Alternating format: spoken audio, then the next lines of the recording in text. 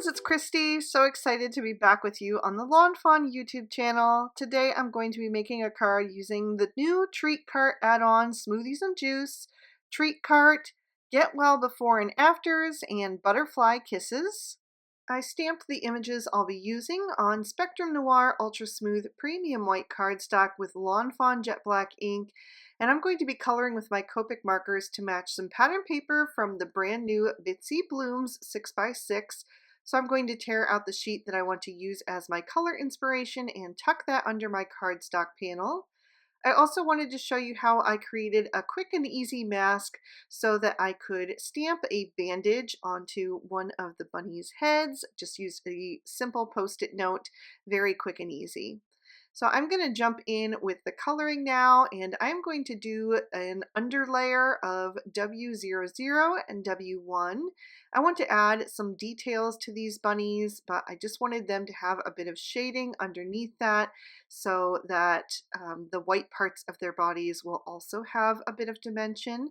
So I added in the W1 first, blended out with the W00, and left the plain white cardstock to be my highlight. I also colored in their tails with those shades and the centers of the wheels on the treat cart.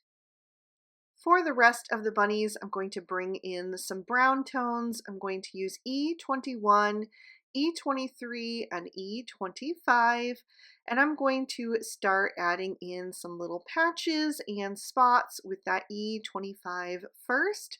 I want to color one of their ears brown, and then the other one will have some spots. I'll also add some patches to the top of their head and their back, and then just some little spots to their arms. And then once I have that laid in with the E25, I'll start to blend that out with the E23, just pulling that darkest color out a little bit and smoothing everything together. And then I will also bring in the E21. I'll fill in the brown ear and just bring that color forward on the head and the back and hindquarters, and just go around the edges of the spots. I'll carefully color around the bandage on the one bunny's head. And then I decided that I wanted one more shade because I really wanted to soften the edge of that brown into the white cardstock. So for that, I'm going to bring in E000 and just use that where the patches kind of end and help that just be a little bit more smooth. I also added that to their feet, and then a touch of the E25 to the top of the banana. Then I'm going to bring in R00, R21, and R22. I'll give my bunnies some rosy cheeks, add a little bit of that to the inside of their ears, and color in their noses. I'll blend out the R22 with the R21, and then I like to finish up with that R00, which just really helps it fade into their fur tone. I'm also going to color the first stripe on the awning of my treat cart to be pink, and I'm going to color the little juice or smoothie that is in the to-go cup to be pink as well. So I started with the R22, blended out with the R21, and filled in with the R00. So there's actually two different shades of pink in that pattern paper. The first combo that I did represented the lighter of the two. Now I'm going to bring in the R24 and add that to my R21 and R22 to go with the darker combo. And I'll do the next awning and also a little apple in that fruit dish. Then I'm going to add in some oranges. I'm going to use YR02, YR04, and YR07. I'll do the next stripe on the awning and then the orange in the fruit bowl. Next up is going to be yellow, and I'll use Y11, Y13, and Y15 for the next stripe in the awning and the banana. I accidentally grabbed the Y13 first, so I just went back and added in my shadows, and then went back to the Y13 to blend out, and then the Y11. And I'm also going to do the straw. So I'm going to do the top part with the Y15 and the bottom part with the Y11 so that it looks a little bit lighter since that part is inside the cup.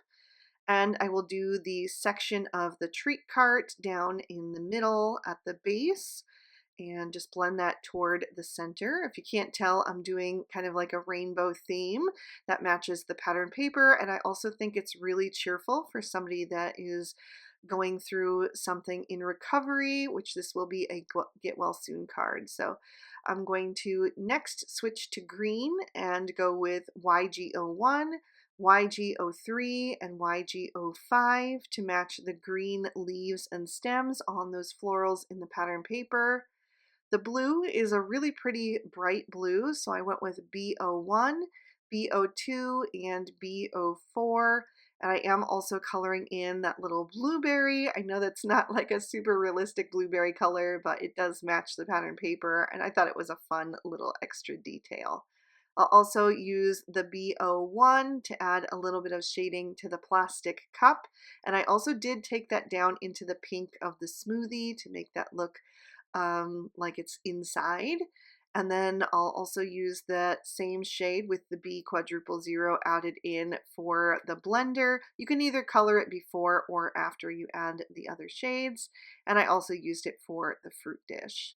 The purple in that pattern paper is a soft periwinkle shade, so I went with BV01, BV02, and BV04, and I will do the last stripe on my awning, the little butterfly, and also the smoothie that is inside the blender.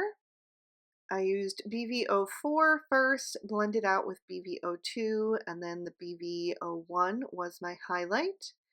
Then I'm going to bring in some cool grays for the rest of my treat cart. I'll use C0, C1, and C3. So I'll do the side poles and the top and bottom edge of the bottom section. I used the C3 first for my shadows, then blended out with the C1, and then I'll add the C0 for some highlight.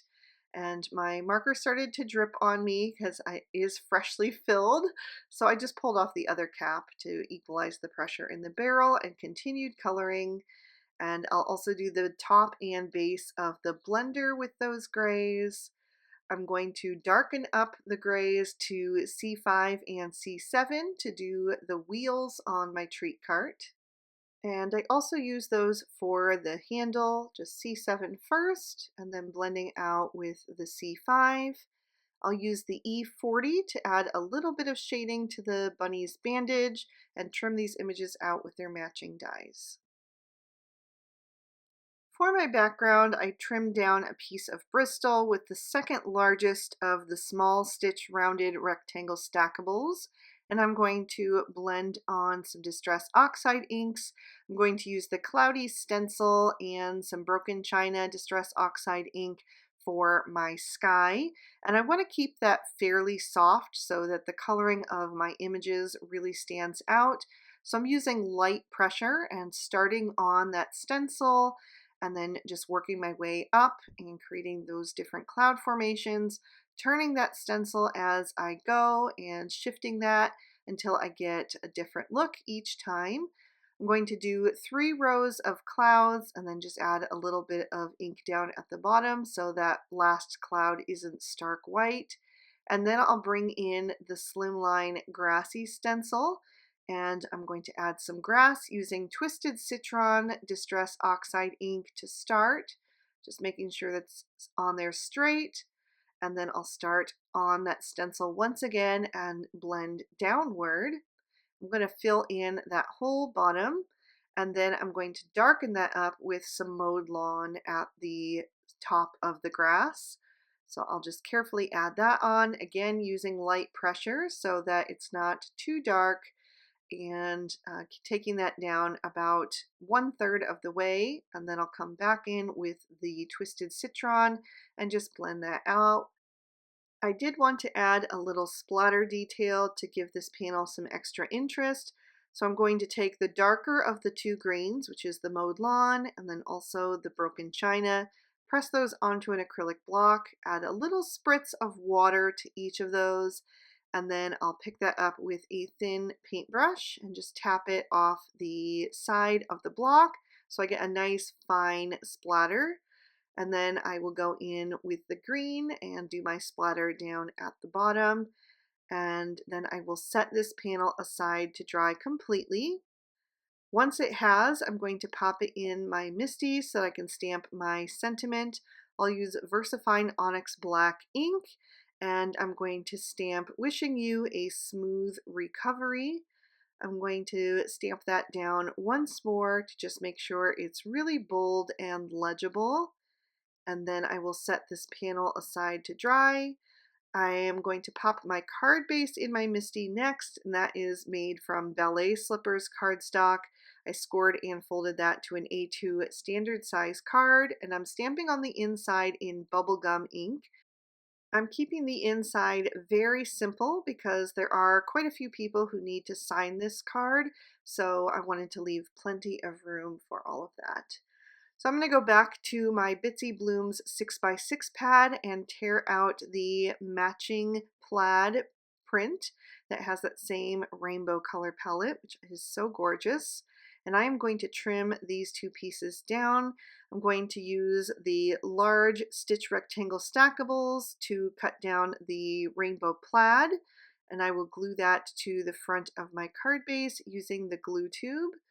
So I'm just going to line up the corners, make sure that's on there nice and straight, and then smooth that down into place. The floral print I selectively trimmed down using the smaller of the two stitch party banners. So I only trimmed down the bottom side, and I'm going to pop that out and add that to my card front. I'm going to put that horizontally across the card, and I left that a little bit long so that I could make sure that I had it exactly the length that I want, and then I can just trim off the excess. So I'm going to line that up just inside the stitching detail on the right side of the card and smooth that down, and then I'll grab my Cutter Bee Teflon coated scissors and trim off that little overhang there so that it's a perfect fit. Then I'll bring in my focal panel. I've added some Scotch 3M foam tape to the back, so I'll just peel off those release papers and pop that up on my card. It's going to go a little bit towards the left. I'm lining that up in the center of that flag banner, and then I can bring in my images. I've trimmed down some small pieces of foam tape to go behind some of these images, including the treat cart. So again, I'm just going to peel off those release papers. I did add a hole punch because I wanted it to be really well supported. And then I'm going to grab one of those bunnies, the one that does not have the bandage. He is going to be the little smoothie seller, and I'm going to add him into the treat cart so that his head is popping out. And I'll add a tiny little dot of glue behind his ears to make sure that he is well attached. And then I will line that up on the card where I want it. Next, I'm going to add the blender, and I'm going to glue that flat to the card, and I'm going to put it up high. It looks a little weird right now because it's kind of floating in space, but I am going to add something below it. I'm going to add that little fruit dish, and so that way the blender just looks like it's a little bit higher up. You can see a bit more of it that way. I did have to trim down the little piece of foam tape because it was overhanging onto the sides of the treat cart, so I wanted everything to be nice and flush. And then I also have the tiny little blueberry that I'm just going to add a dot of glue to because it's going to sit on top of the fruit bowl, which is already popped up.